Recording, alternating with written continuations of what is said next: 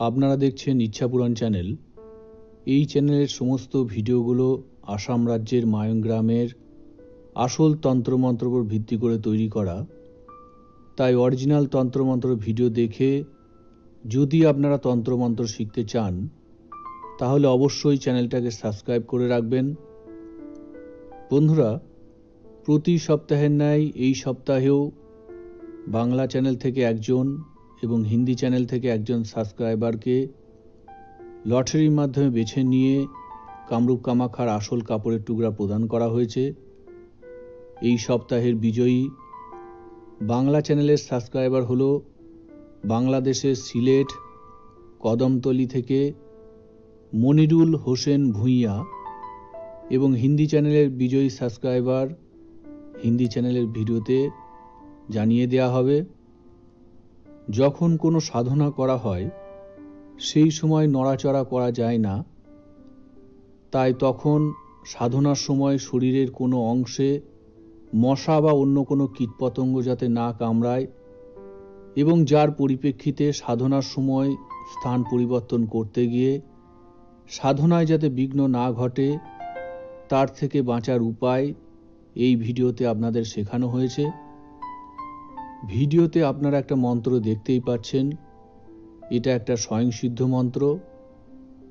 মন্ত্রটা দিয়ে কাজ করার আগে মন্ত্রটাকে ভালো করে মুখস্থ করে নিতে হবে।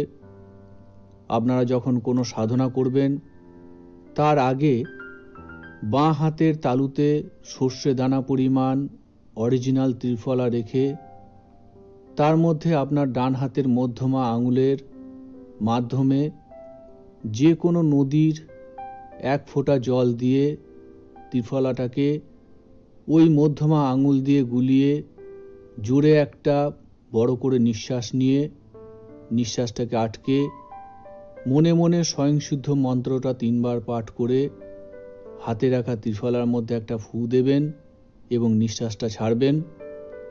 এবারে গুলে রাখা ত্রিফলা দিয়ে নিজের কপালে তিলক দেবেন অথবা অন্য যাকে যাকে কপালে তিলক পরাবেন সকলেই মশা, মাছি, সাপ, বিছে এবং বিভিন্ন ধরনের কীটপতঙ্গের দংশন থেকে রক্ষা পাবেন। এবং যতক্ষণ পর্যন্ত ওই তিলক কপালে থাকবে ততক্ষণ পর্যন্ত কীটপতঙ্গের দংশন থেকে রক্ষা পাওয়া সম্ভব।